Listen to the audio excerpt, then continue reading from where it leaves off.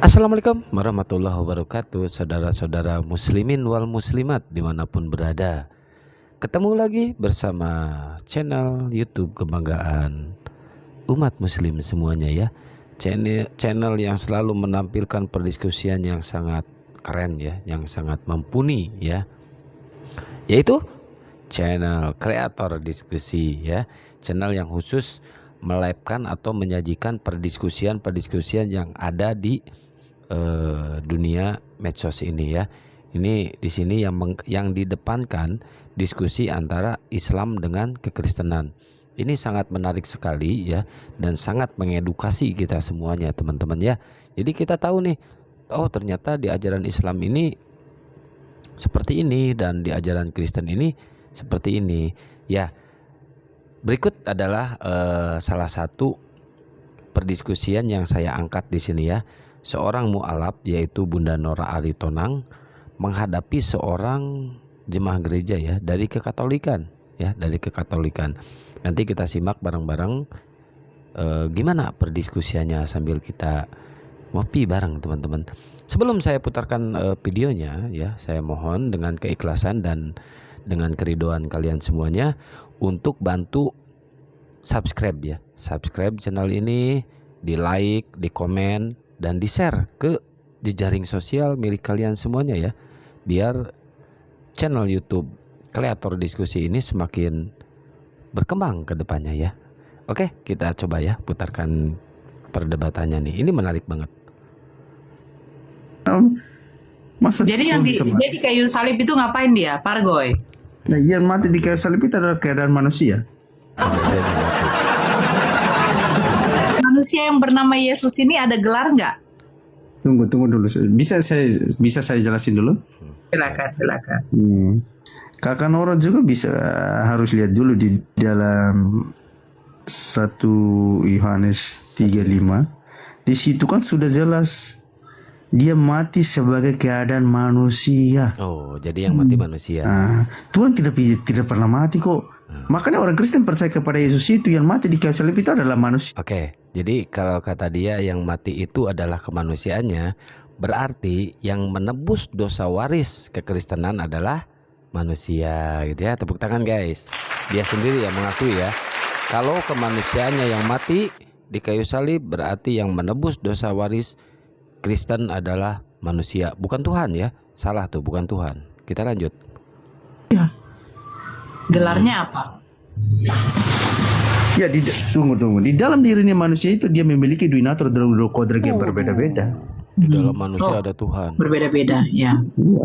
Bisa jadi apa saja Yesus? Apa? Yesus bisa jadi apa saja? Dia bisa berbuat apa aja. Bisa jadi apa saja? Nggak nyambung. Bisa jadi apa saja. Maksudnya? Dia bisa berubah. Loh, sekarang begini, yang dilahirkan Bunda Maria ini manusia apa Tuhan? Ya, manusia. Oh, bukan Tuhan? Tuhan juga. Tunggu. Nah. Sabar. Ya, pertama-tama kan kita harus tahu dulu Kakak Nora ya, asal usul Yesus itu kan adalah firman Allah yang menjelma menjadi manusia. Ya. Firman Allah yang menjelang menjadi manusia. Melalui siapa? Melalui Bunda Maria. Makanya pada saat di dalam Lukas 1 ayat 26 itu, pada saat malaikat Jibril menyampaikan kabar gembira itu kan kepada Bunda Maria. Dia melahirkan seorang anak apa Tuhan? Ya, Tuhan yang menjelma menjadi manusia. Firman-Nya Bapa itu yang menjelma menjadi. Bunda Maria melahirkan Tuhan, manusia melahirkan Tuhan. Ini gimana jalan ceritanya, gimana ini? Ini siapa yang pusing ini? Manusia menciptakan, manusia melahirkan Tuhan. Ini manusia ini ciptaan siapa sih? Manusia ini ciptaan siapa? Kok bisa ya manusia ini melahirkan Tuhan? Ini bingung. Tapi kalian sendiri yang menilai ya nanti ya. Kalian tolong komen di kolom komentar tuh, gimana nih ajaran nih yang seperti ini ya. Mau orang Kristen, mau Muslim, silahkan komen, tanggapi sama kalian di bawah ya. Jadi Bunda Maria yang seorang manusia ini melahirkan Tuhan. Kita lanjut guys. Manusia. Setelah dia menjadi manusia, di dalam dirinya itu tetap memiliki dua natur atau dua kodrat yang berbeda-beda. Kodrat ilahi, kodrat manusia. Oke. Jadi sebelum Yesus lahir, Bunda Maria Tuhannya siapa? Ya, Sebelum Yesus lahir, Tuhannya Bunda Maria siapa? Yesus. Anaknya. Oh, jadi sebelum Yesus Bunda lahir. Maria tahu kalau dia akan melahirkan Tuhan. Ya, makanya sudah tertulis juga di dalam Lukas, telah lahir di kota Daud Tuhan. Itu kan sudah ada Bukan, di itu situ. telah lahir itu. Oh, jadi Bunda Maria menyembah Yesus. Iya. Gini, bingung, saya bingung. Saya benar-benar bingung dengan konsep yang ada di mereka. Ya. Benar-benar bingung. Bunda Maria ini kan seorang manusia, dia melahirkan Tuhan. Nah, kata dia, ketika Bunda Nora bertanya, sebelum Yesus lahir, sebelum Bunda Maria mengandung, Bunda Maria menyembah siapa? Kata dia menyembah Yesus. Tapi di sini Yesus sendiri belum dilahirkan oleh Bunda Maria, ya, belum dilahirkan oleh Bunda Maria. Jadi mereka berperang dengan ajarannya sendiri, berperang dengan dogmanya sendiri. Ini membingungkan, tapi gak apa-apa. Biar untuk bekal ilmu kita, guys. Jadi konsep kekristenan ini seperti ini ya, konsep ketuhanannya. Jadi Bunda Maria menyembah anaknya. Ya, kalau lihat dari anak itu karena apa? Karena dari sisi kemanusiaannya, Bunda. Tadi kan saya sudah jelasin. Ya, awalnya Yesus itu adalah firman-Nya Bapa yang menjelma menjadi manusia. Tertulis di dalam Injil Yohanes 1 ayat 1, pada mulanya adalah firman. Firman itu bersama-sama dengan Allah. Firman itu adalah Allah. Ayat 14, firman itu telah menjadi manusia. Itu kan sudah jelas di situ. Tuhan menjadi Jadi manusia. Bunda Maria menyembah Yesus sebagai Tuhan anaknya ya. Berarti anakku adalah Tuhanku ya. Anakku adalah Tuhan. Ternyata nggak gini loh Bang. Begini loh Bang. Kalau seorang raja pasti permaisurinya juga akan dihormati, betul? Betul. Ratunya dihormati, betul? Betul.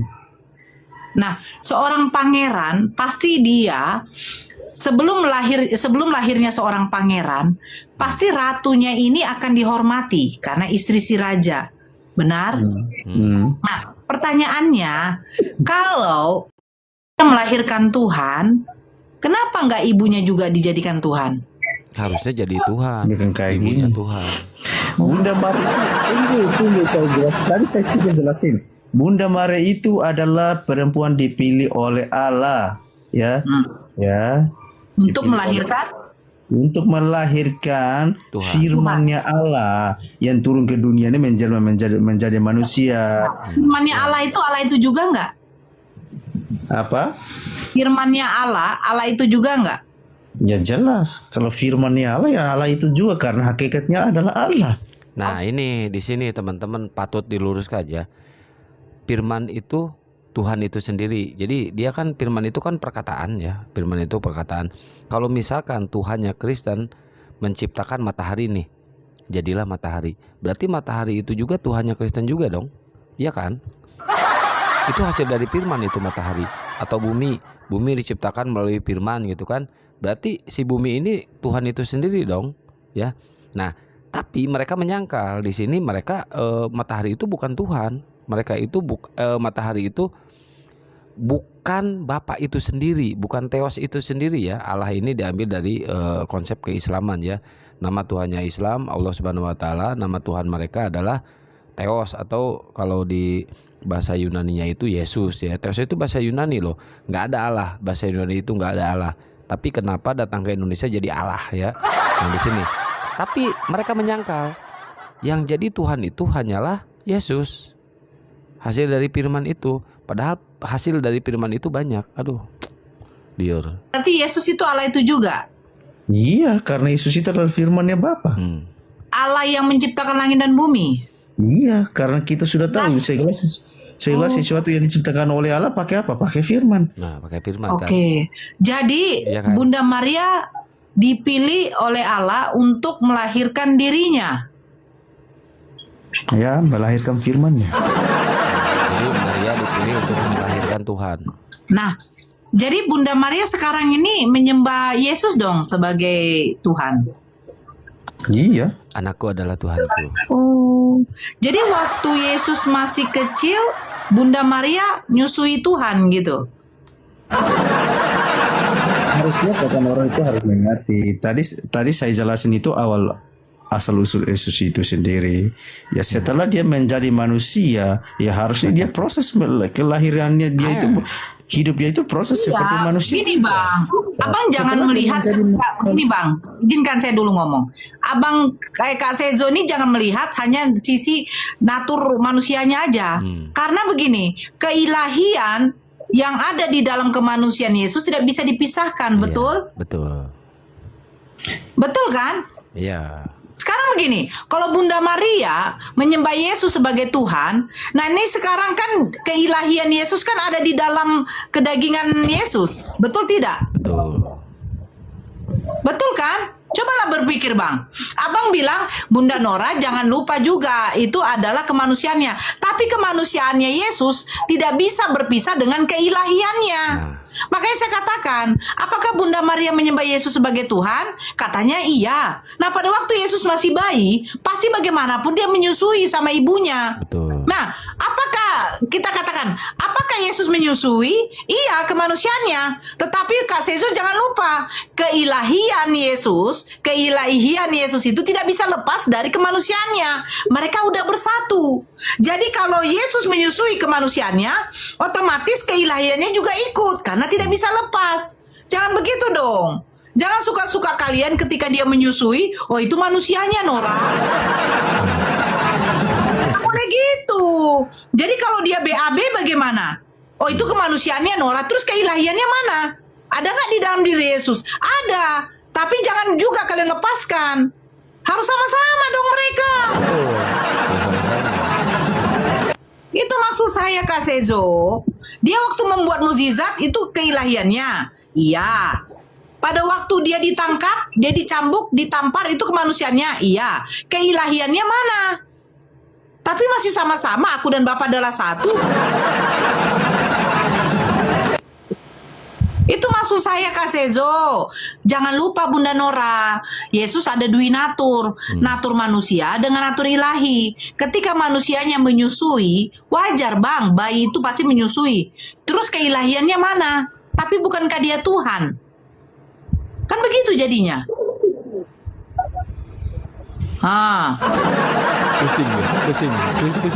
Pusing. Iya kan Kak Sezo? Ya, tadi kan saya sudah jelasin Nora. Tadi kan saya sudah jelasin. Yesus itu memiliki, setelah dia menjadi manusia, tapi dia tetap memiliki dua natur atau dua kodrat yang berbeda. Dia tetap memiliki dua natur. Saya terima Kak Sezo. Yesus dengan Bapa adalah satu. Di dalam diri Yesus ada natur ilahi. Tidak bisa dipisah, benar? Nah, jadi pada waktu manusianya menyusu, natur ilahinya kemana? Apakah pergi? Tidak kan? Tetap di dalam diri Yesus kan? Jadi tidak bisa Abang Kak Sezo membantah bahwa ketika manusianya Yesus menyusui, otomatis keilahiannya ikut karena ada di dalam. Betul. Analogi yang disampaikan oleh Bunda Nora sangat betul, 100% betul. Kalau misalkan yang di dalam manusia itu ada natur ilahi, kalau misalkan manusia itu menyusui ke ibunya, otomatis ilahinya juga ikut menyusui. Karena apa? Ada di dalam tubuhnya, ada di dalam badan manusia itu. Sekarang logikanya gini, kalau misalkan si gelas ini dimasukin air, otomatis si gelas ini kan penuh dengan air nih. Kalau misalkan gelas itu pecah, airnya ikut tumpah nggak? Ikut tumpah kan. Nah, jadi analogi yang disampaikan oleh Bunda Nora sangat betul ya. Kalau misalkan Yesus menyusui, ilahinya ikut menyusui. Nah, di sini kalian harus buka cakrawala berpikir kalian. Masa iya sih seorang Tuhan menyusui ya? Kalian pertimbangkan baik-baik dan kalian renungkan baik-baik ya tentang ini ya. Renungkan. Kita lanjut lagi teman-teman.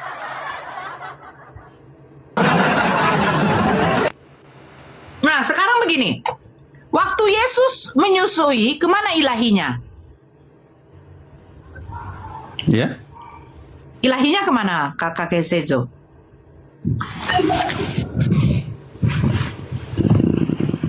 Bingung. Iya, tetap Ayo. ada. Nah, kalau tetap ada, jadi waktu Yesus menyusui, ilahinya ngapain? Ikut Duduk Yesus. diam begini di dalam dirinya. Ikut Bukan begini, menyusui. tadi kan saya sudah jelasin, kalau dia lahir sebagai manusia, makanya dia harus proses. Dia harus proses hidup sesuai proses manusia. Maka tidak ada masalah tentang ini. Ya. Abang, paham gak sih bang? Abang sendiri yang mengatakan, tunggu dulu. Saya paham. Iya, Kak Sezo sendiri yang mengatakan di dalam diri Yesus itu ada duinatur, dua nature, natur ilahi, natur manusia. Iya. Kalau Yesus lapar itu manusianya. Kalau dia merasa lapar, mana natur ilahinya? Karena begini bang, yang namanya Tuhan itu tidak perlu makan bang. Betul. Begini, tadi kita sudah jelasin, ya. Saya pahami apa yang Bunda Nora katakan, saya paham. Kita harus lihat-lihat dari sifat-sifatnya di dalam diri Yesus itu. Ya, tadi kita sudah ada sifat yang dua yang berbeda-beda, sifat ilahi dan sifat kemanusiaannya. Kalau kita Terima. Sifat manusianya dia lapar, benar? ya, sifat manusia sekarang dia bisa saya tanya. lapar. Ya, ya. Sifat manusianya sama seperti kita, bang. Karena manusia. Nah, sekarang apakah sifat ilahi juga ada di dalam diri Yesus? Ya tetap ada, makanya saya bilang tetap ada. Oke. Kalau Yesus lapar, berarti dia mau Tuhan makan, ya lapar. sifat ya itu sifat manusia. Nah, sekarang gini, apakah sifat Tuhan itu salah satunya adalah lapar? Tidak. Nah, Saya terima tenang. nih. Sekarang kita masuk. Yesus memiliki dua natur. Sabar dulu, bang. Sabar. Kita cerna baik-baik. Yesus memiliki dua natur. Sifat ilahi dengan sifat manusia. Sifat manusianya yang 100% dia pasti makan kalau dia lapar. Nah, sifat ilahi itu tidak mungkin Tuhan makan. Nah, pertanyaan saya, ketika Yesus lapar karena sifat manusianya, sifat ilahinya ngapain, bang? Aturannya dia jangan makan karena ada sifat ilahi. Aturannya bisa mengenyangkan. lapar. Nah, sifat ilahinya ngapain, bang? Ngapain aja sifat ilahinya? Jangan menafsirkan kayak gini, Ini Bunda. bukan Tadi saya menafsir, sudah itu ada jelasin. di dalam Bibelnya sendiri. Dia Kalau dia lapar, menganalogikan ya kayak jelas dia sebagai kayak manusia dia lapar. Sifat Nah, manusia ilahinya tetap ngapain? lapar. Ya, ilahinya? Ilahinya? Saya juga nggak tahu. Saya juga nggak gitu. tahu. Loh. Nah, udah koinnya udah kena. Jadi dia kebingungan dengan konsep ajarannya sendiri, teman-teman ya. Ketika ditanya kalau misalkan waktu kecil nih Yesus menyusui, apakah ilahinya ikut menyusui? Karena ilahinya ada di dalam tubuhnya. Dan ditanya lagi, ketika Yesus lapar, apakah ilahinya ikut lapar? Karena ada di dalam tubuhnya. Harusnya jawabannya ikut lapar. Karena apa? Karena sifat ilahinya ada di dalam tubuhnya. Berarti tubuhnya ini mengandung ilahi gitu kan. Masa iya sih seorang Tuhan lapar? Coba direnungkan baik-baik ya buat teman-teman dari kekristenan. Ini bukan mau mengejek atau melecehkan, ini hanyalah diskusi. Kita bertukar pendapat, bertukar ilmu, berbagi wawasan di sini ya. Kalian jelaskan konsep ajaran kalian sendiri ya. Nah, di sini Islam juga kalau ditanya akan menjelaskan tentang ketuhanan kalau di Islam, tapi alhamdulillah di Islam ini secara ketuhanan ya, konsep ketuhanan udah finish dari zaman bahula ya, dari zaman Rasulullah udah finish, yaitu tauhid. Nah, kalau di kalian kan ada di Tritunggal ini abad keberapa gitu ya, adanya Tritunggal ini itu belum finish sampai detik ini. Sesama pendeta aja masih saling berdiskusi atau saling berdebat tentang konsep ketritunggalan ini. Oke, mungkin saya cukupkan sekian level ini. Mohon maaf ya sekali lagi apabila ada kesalahan di sini. Ini hanyalah ruang untuk berdiskusi, berbagi wawasan dan berbagi ilmu di sini teman-teman ya. Terima kasih banyak buat kalian yang sudah like, comment, subscribe dan share ya channel Kreator Diskusi ini. Semoga ini menjadikan ladang ilmu buat kalian semuanya. Saya ucapkan terima kasih banyak. Wabillahi taufiq wal hidayah. Wassalamualaikum warahmatullahi taala wabarakatuh.